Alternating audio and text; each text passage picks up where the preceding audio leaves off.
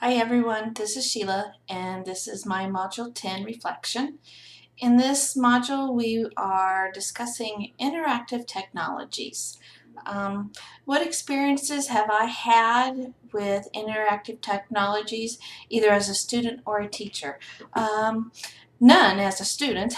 When I was going to high school, computers were just now being introduced into the schools, and it was not you could take a computer programming class.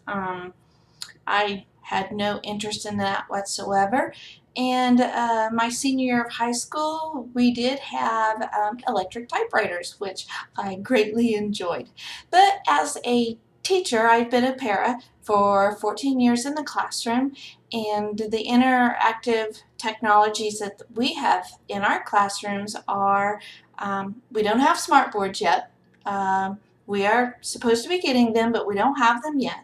But we have our laptop, we have iPads, and we have projectors in the classroom, and we have an Elmo, which we use quite a bit. So, but I also teach first grade, so I don't have a lot of the tools that some of the other, like high school and middle school, have.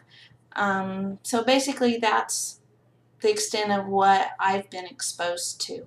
Um, which rendition of the interactive whiteboard and remote would I choose and why? When I was looking at those, I really liked the whiteboard, the smartboard from SmartTech. I liked its capabilities and that kind of thing. And actually, for the remote that I would use with that, I was thinking that it was the iClicker student remotes. That seemed to be the easiest way to monitor what first graders are doing with those. And there wasn't a lot of buttons and options and that kind of a thing, because let's face it, it's a toy to them until they're taught that it's not, and yeah, they would be playing with it a lot. Which interactive app did I like? I like Socrative, but I've used Socrative um, before, previous years. Um, we use it on the iPad, and the students tend to like it. The one thing about using an app like that with first graders is they're still learning to read, so you still have to read all of the questions to them, and you have to read the choices, and you have to be pretty specific, and sometimes you have to reread and re-go over, because the concept of multiple choice of A and B and C and D, they don't always have it, that concept, so you have to do a lot of working with that. But I do like it because it's an easy way of doing a different way of testing other than paper pencil. Um, what were my thoughts about the article that we read? My thoughts are the classroom that was selected to use the clickers was a second grade classroom, and when I was reading the article, I tried to compare the classroom that I had last year with this test classroom, and there were some major differences. First of all, my classroom, I had 24 students. 85% of those students are of a Hispanic origin.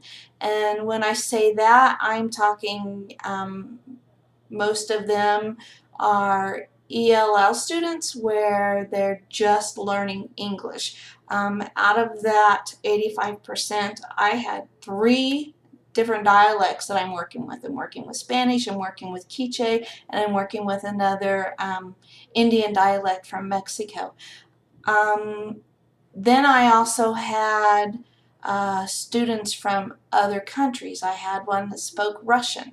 So I'm not sure that using clickers in the classroom that I would get that kind of result, and the reason is a lot of these students that we are getting are coming new from other countries, and let's face it, they're coming from third world countries.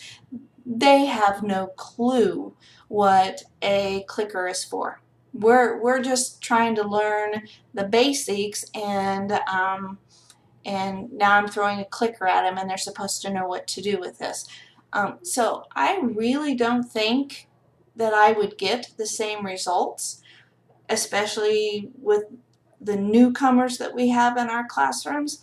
But I do like the idea that it made everyone participate, because you always have those students who raise their hand to answer every question, and you always try to span out in your population of students to see, okay, who is someone that's raising their hand that hasn't answered a question yet. And then you have those students who they may know the answer, but no way are they going to raise their hand because they're going to have to talk.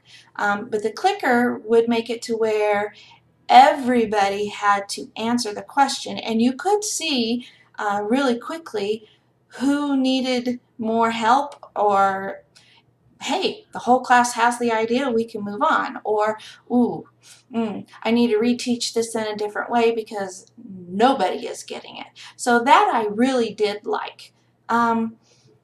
I was pretty excited about this module because we are supposed to be getting smart boards in our classroom. I'm excited to get those, though I'm a little intimidated by them. I'm not gonna lie, because I've never had one. I've never used it. You know, we've always used something else. But yeah. So thanks everybody.